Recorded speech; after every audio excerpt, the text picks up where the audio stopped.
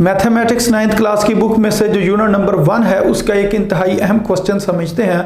और ये वो क्वेश्चन है जो बोर्ड इम्तिहान में भी पूछा गया था।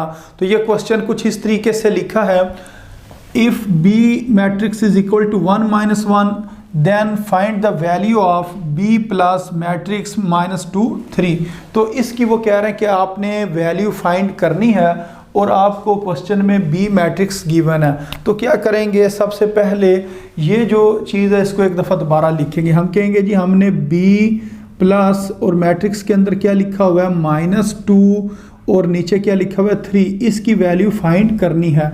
तो इधर हम लिखेंगे इज इक्वल टू बी के नीचे बी की वैल्यू कहाँ से देखकर लिखेंगे, जो क्वेश्चन में लिखे।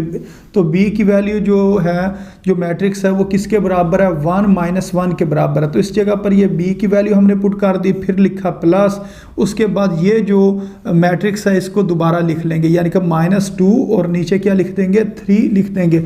अब जो दो मैट्रिक्स जो ऐड करने हो उनका तरीका ये होता है कि इसके जो ऊपर लिखा हुआ है और इसके ऊपर जो लिखा है इन दोनों ने ऐड होना है, और इसके जो नीचे लिखा हुआ है और इसके जो नीचे लिखा है इन दोनों ने ऐड होना है। तो इसको हम किस तरीके से ऐड करेंगे, हम यूँ लिखेंगे, एक मैट्रिक्स बनाएंगे, इधर लिखेंगे 1, फिर ये जो प्लस है इसको लिख लेंगे और उसके आगे क्या लिखा हुआ है -2, इसको लिख लेंगे इस जगह पर। फिर इसी तरह ये हम लिखेंगे -1, उसके बाद प्लस, और ये जो 3 है इसको इस जगह पर लिख लेंगे। तो जब दो साइन इकट्ठे आ जाएं तो फिर आपने क्या करना है, एक ब्रैकेट लगा लेनी है, जैसे कि मैंने इस जगह पर लगाई है। तो इससे फ़ायदा ये होगा कि क्वेश्चन में जो गलती होने का चांस है वो कम हो जाएगा।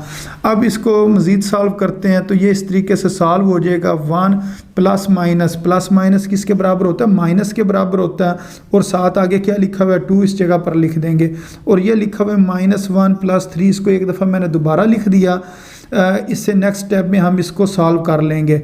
तो अब ये 1 - 2 ये किसके बराबर होगा, ये बराबर होगा जी -1 के बराबर होगा। उसकी वजह ये है जब ये साइन ऑपोजिट हो, इसके साथ कुछ नहीं है तो इसका मतलब इस जगह पर प्लस है। तो ये -2 है, ये +1 है। अगर हम यूँ देखें -2 और +1 अगर साइन ऑपोजिट हो तो फिर हम माइनस करते हैं, 2 में से 1 को माइनस करेंगे और साइन बड़ी रकम का आएगा। तो बड़ी रकम हमारे पास 2 है, तो 2 का साइन माइनस है, इस वजह से इस जगह पर माइनस आएगा। इन दोनों को सॉल्व करने से आंसर कितना आ गया, -1। और इसी तरह ये 3 में से 1 को माइनस करेंगे तो हमारे पास कितना आ जाएगा, 2 आ जाएगा।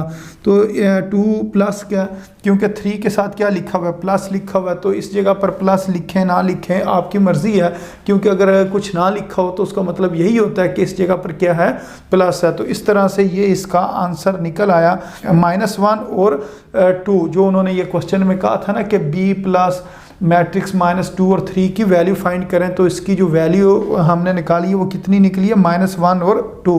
तो इस तरीके से इस क्वेश्चन ने सॉल्व होना था। तो उम्मीद है आपको इस क्वेश्चन की समझ आ गई होगी।